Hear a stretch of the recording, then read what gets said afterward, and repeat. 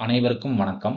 இந்த வீடியோவில் inverse Z transform by using partial fraction மெத்தட்ல இருந்து ஒரு எக்ஸாம்பிள் பார்ப்போம். சரிங்களா? ஸோ இங்கே கிளியராக என்ன கொடுத்துருக்கோம்? பார்ஷியல் ஃப்ராக்ஷன் மெத்தட் கொடுத்துருக்கோம். ஸோ ஃபர்ஸ்ட்ல லெட் எஃப் ஆஃப் இசட் அப்படின்றது என்னன்னு பார்க்கணும். எஃப் ஆஃப் இசட்ன்றது சம்மில் என்ன கொடுத்துருக்கோமோ அதை அப்படியே எடுத்துக்கலாம். So 10z by z minus 1 into z minus 2. Then அடுத்த ஸ்டெப் என்ன பார்த்தீங்கன்னா f of z by z. சரிங்களா? அப்போ என்ன ஆகும் சார்? இந்த 10 இருக்கும். ஸோ நல்லா பார்த்தீங்கன்னா இந்த 10ன்றது ஒரு நம்பர். 10ன்றது பார்த்தீங்கன்னா ஒரு நம்பர், ஒரு கான்ஸ்டன்ட். இது கடைசி வரைக்கும் என்ன ஆகும்னா ஒட்டிக்கிட்டு தான் இருக்கும். அதனால் இந்த 10ஐயும் நம்ம என்ன பண்ணலாம்? கீழே இறக்கி விட்டுறலாம். சரிங்களா? 10ஐயும் கீழே இறக்கிடலாம். அப்போ பேலன்ஸ் என்ன இருக்குன்னு பார்த்தீங்கன்னா 1 by z minus 1 into z minus 2. அப்போ இப்போ பார்ஷியல் ஃப்ராக்ஷன் யாருக்கு சார் அப்ளை பண்ணணுன்றது கேட்டிங்க அப்படின்னா இந்த டேர்முக்கு தான் அப்ளை பண்ணணும். இந்த பிராக்கெட்டில் இருக்கக்கூடிய இந்த டேர்முக்கு தான் அப்ளை பண்ணணும் பார்ஷியல் ஃப்ராக்ஷன். சரிங்களா? ஸோ பார்ஷியல் ஃப்ராக்ஷனில் ரெண்டு டைப் இருக்குது. ப்ராப்பர் ஃப்ராக்ஷன், இம்ப்ராப்பர் ஃப்ராக்ஷன் இருக்குது. இப்போ ப்ராப்பர் ஃப்ராக்ஷன்னா என்ன நமக்கு தெரிஞ்சிருக்கணும். ப்ராப்பர் ஃப்ராக்ஷன், அதே சமயத்தில் இம்ப்ராப்பர் ஃப்ராக்ஷன் இருக்கு. இம்ப்ராப்பர் ஃப்ராக்ஷன் அப்படின்னு ரெண்டு டைப் இருக்கு. அப்போ எப்போ ப்ராப்பர் சொல்லுவோம், எப்போ இம்ப்ராப்பர் சொல்லுவோம்னு பார்க்கணும். அப்போ டிகிரி செக் பண்ணுவோம். நியூமரேட்டரில் இருக்கக்கூடிய டேர்ம்ஸோட டிகிரியும் த சேம் டைம் டினாமினேட்டரில் இருக்கக்கூடிய மேக்ஸிமம் டிகிரி செக் பண்ணி பார்ப்போம்.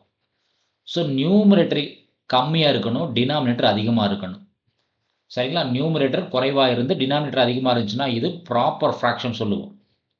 அதுவே இம்ப்ராப்பர் ஃப்ராக்ஷன்னா நியூமரேட்டரோட டிகிரி கிரேட்டர் தேன் டினாமினேட்டரோட டிகிரியாக இருந்துச்சுன்னா இம்ப்ராப்பர் ஃப்ராக்ஷன் சொல்லுவோம். அப்போ இம்ப்ராப்பர் ஃப்ராக்ஷனாக இருந்துச்சுன்னா முதல்ல அதை ப்ராப்பர் ஃப்ராக்ஷனாக கன்வெர்ட் பண்ணணும் சார். அது பாலினாமியல் டிவிஷன் யூஸ் பண்ணி கன்வெர்ட் பண்ணிட்டு தான் போடணும். அப்போ இங்கே மேக்ஸிமம் நியூமரேட்டரில் என்ன சார் கொடுத்துருக்கோம்? 1 கொடுத்துருக்கோம். ஸோ 1ன்றது என்னென்னு பண்ணலாம்னா z to the power 0ன்னு எழுதிக்கலாம். டினாமினேட்டரில் என்ன சார் இருக்குன்னா சப்போஸ் இந்த ரெண்டு டேர்மையும் நீங்கள் எக்ஸ்பேண்ட் பண்ணி எழுதுனீங்கன்னா ஒரு குவாட்ராட்டிக் டேர்ம் கிடைக்கும். அதாவது z square minus 3z plus 2ன்னு ஒரு குவாட்ராட்டிக் டேர்ம் கிடைக்கும். அப்போ மேக்ஸிமம் நியூமரேட்டரில் என்ன இருக்குன்னா பவர் 0 இருக்குது. டினாமினேட்டரில் மேக்ஸிமம் பவர் என்ன இருக்குன்னா 2 இருக்குது. ஏன்னா டினாமினேட்டரில் மேக்ஸிமம் பவர் z ஸ்கொயர் இருக்குது, 2 இருக்குது. அப்போ இது என்னன்னா ப்ராப்பர் ஃப்ராக்ஷன். இந்த டைம் நியூமரேட்டரோட வேல்யூ டினாமினேட்டரை விட குறைவாக இருக்கு. அப்போ இது ப்ராப்பர் ஃப்ராக்ஷன். அப்போ டேரெக்டாக என்ன சார் பண்ணலாம்னா a by first term z minus 1 plus b by z minus 2ன்னு சிம்பிளாக பிரிச்சுக்கலாம். சரிங்களா? இப்போ இந்த டைம் என்ன பண்ணுறோம்னா இந்த z மைனஸ் 1 z மைனஸ் 2வை தூக்கி ஏன்ற பிளேஸ்லையும் மல்டிப்ளை பண்ணுறோம், bன்ற பிளேஸ்லையும் மல்டிப்ளை பண்ணுறோம். அப்போ என்ன கிடைக்குன்னு பாருங்கள். LHSல பேலன்ஸ் என்ன இருக்கும்? எல்லாம் வெளியே போயிடுச்சு. LHSல 1 மட்டும் தான் இருக்குது. அப்போ 1 ஈக்குவல்ஸ் டு a. இந்த டேர்மை மல்டிப்ளை பண்ணும்போது z மைனஸ் 1 கட் ஆயிரும். அப்போ பேலன்ஸ் என்ன இருக்குன்னு பார்த்தீங்கன்னா z மைனஸ் 2 இருக்கும். bன்ற பிளேஸில் மல்டிப்ளை பண்ணும்போது z மைனஸ் 2 கட் ஆயிரும் சார். அப்போ b இன்ட்டு z மைனஸ் 1 இருக்கும். சரிங்களா? அடுத்தது இப்போ நம்மளோட எய்ம் என்னன்னு கேட்டிங்கன்னா constant a and b find பண்ணணும்.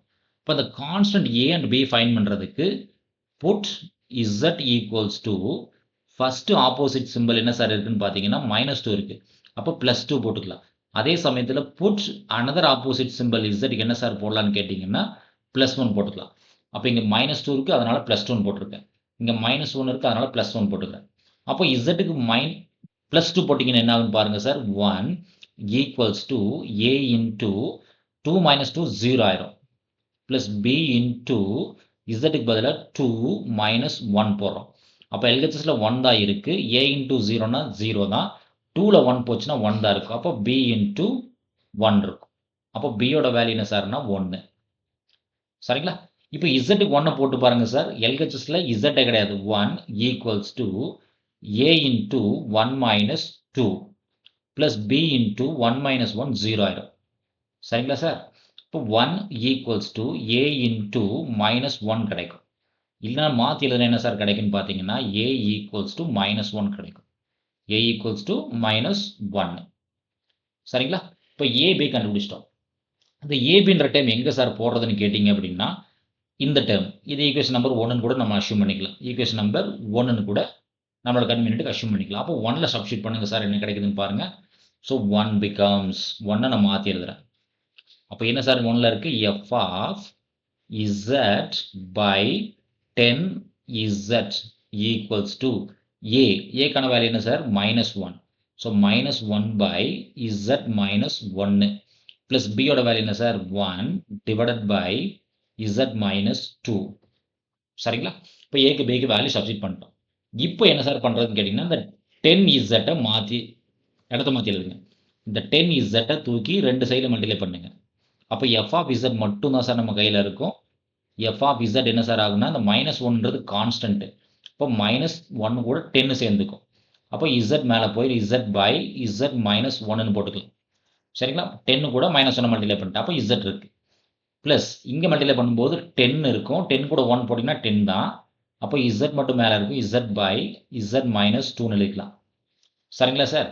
இப்போ என்ன சார் பண்ணுறதுன்னா taking z inverse on both sides. Taking z inverse on both sides. Comma we get. So ரெண்டு பக்கம் z inverse ஆப்ரேட் பண்ணுறோம். சரிங்களா? அப்போ என்ன கிடைக்குன்னு பாருங்க sir. z inverse f of z equals to -10 z inverse z by z minus 1. சரிங்களா? plus 10 into z inverse z by z minus 2 கிடைக்கும். சரிங்களா சார்? இப்போ ஸோ நமக்கு இன்வர்ஸ் z டிரான்ஸ்ஃபார்மோட டெஃபினிஷன் தெரியும். அதாவது z inverse any function f of z இருந்துச்சு அப்படின்னா இதனோட ஆன்சர் f of n. சரிங்களா? அப்போ இந்த பக்கம் என்ன சார் ஆகுனா வெறும் f of n ஆயிரும். ஏன்னா by definition of z inverse. -10 சும்மா தான் சார் இருக்கும். அப்படியே இருக்கட்டும். z inverse z by z minus 1க்கு நமக்கு வேல்யூ தெரியணும். அப்போ நமக்கு ஃபார்முலா ஜென்ரலாக நமக்கு என்ன சார் தெரியும்னு கேட்டிங்கன்னா z transform of a power n-க்கான வேல்யூ என்னன்னு கேட்டிங்கன்னா z by z minus a. சரிங்களா? இப்போ ஏன்ற பிளேஸில் என்ன சார் இருக்குன்னா 1 இருக்கு. ஏன்ற பிளேஸில் 1 இருக்கு. அப்போ என்ன சார் எழுதலாம் இதை 1 to the power n-ன்னு எழுதிக்கலாம். 1 to the power n. ஏன்னா ஏன்ற பிளேஸில் 1 இருக்கு. அதே சமயத்தில் செகண்ட் ஒன் 10 அப்படியே இருக்கட்டும் sir. z by z minus 2 இருக்கு. அப்போ ஏக்கு பதில் என்ன சார் இருக்கு 2 இருக்கு. அப்போ 10 into 2 power n எழுதிக்கலாம். இல்லை ரெண்டுலையுமே 10 காமனாக இருக்குது. அப்போ 10 வெளியே எடுத்துட்டிங்கன்னா இடத்த மாற்றி எழுதுனா 2 power n முன்னாடி எழுதிக்கலாம். -1 to the power n எழுதிக்கலாம். இது என்ன சார் கேட்டிங்கன்னா f of n. சரிங்களா? ஸோ இதுதான் நமக்கு தேவையான ஆன்சர். நன்றி. மீண்டும் இன்னொரு வீடியோ பதிவில் பார்ப்போம்.